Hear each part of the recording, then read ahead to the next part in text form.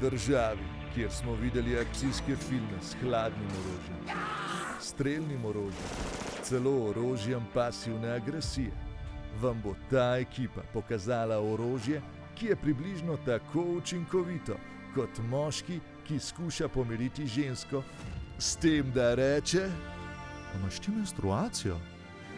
In to orožje je interpelacija. To jesen se pripravite na najbolj dolgočasen film stoletja, ob katerem ne boste ostali budni niti vi, niti interpelirani. Še jaz postajam zaspan. V glavnih vlogah Miha Kordiš, ki je do zdaj v politiki uporabljal orožje odprtosti.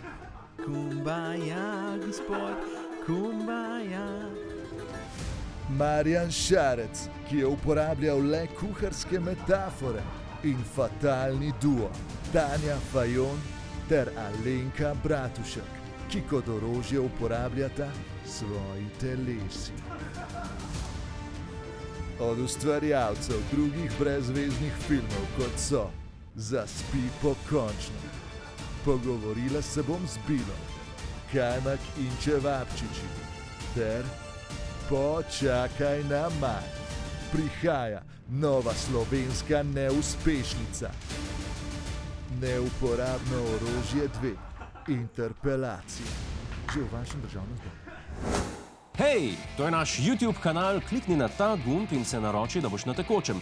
Polajkaj pa nas tudi na Facebooku in na Twitterju, pa na ulici, pa na kakšnem javnem WC-ju.